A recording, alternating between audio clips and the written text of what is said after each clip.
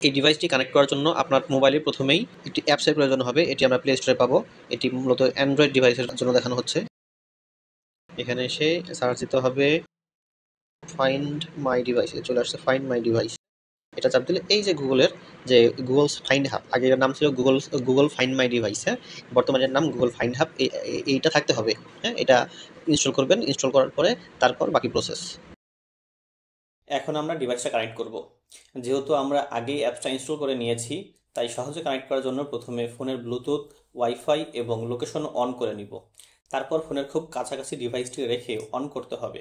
On করার জন্য এই বাটনে জোরে চাপ দিতে হবে। এটিকে বাটন বলে মনে নাও হতে পারে। এটি কোনো টাচ বাটন নয়, এটি একটি ফিজিক্যাল বাটন। মূল বাটনটি প্লাস্টিকের নিচে হওয়ায় বাটনের ঠিক মাঝখানে জোরে প্রেস করতে হবে। প্রেস করার পর এমন একটি সাউন্ড হলে বুঝতে হবে ডিভাইসটি অন হয়েছে এবং অন্য কোনো মোবাইল জাতীয় ডিভাইসের সাথে পেয়ার করার জন্য প্রস্তুত। একটু সময় অপেক্ষা করলেই মোবাইলের সাথে ডিভাইসটি কানেকশনের জন্য এমন একটি উইন্ডো আসবে। এখান থেকে এই কানেক্ট বাটনে ক্লিক করলেই কানেক্ট হওয়া শুরু হবে।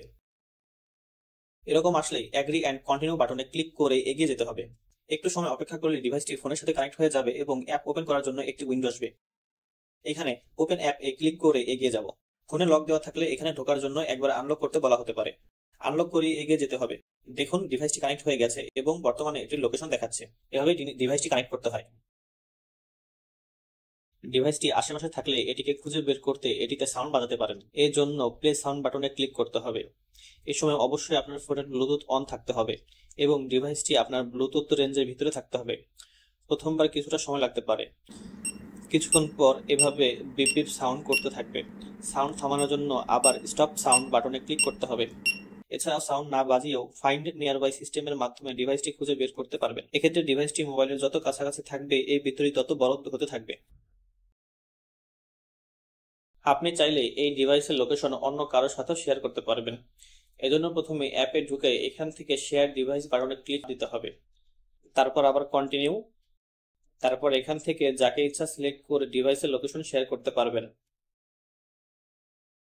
আপনি যদি একাধিক ডিভাইস ব্যবহার করে থাকেন তবে নাম ও ক্যাটাগরি পরিবর্তন আপনার ডিভাইস ট্র্যাকিংকে আরো সহজ করে দিতে পারে।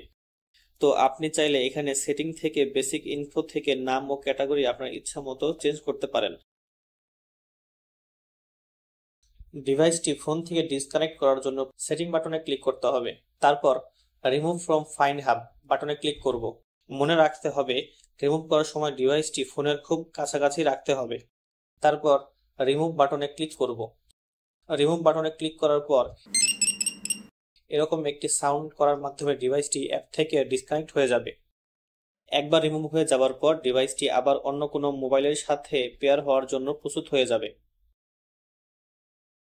ডিভাইসটি ব্যবহার করতে না চাইলে অফ করে রাখার জন্য এই বাটনটিতে 3 থেকে 5 সেকেন্ড চাপ দিয়ে ধরে রেখে ছেড়ে দিতে হবে। এরকম দুটি বিপ সাউন্ড করার মাধ্যমে ডিভাইসটি বন্ধ হয়ে যাবে।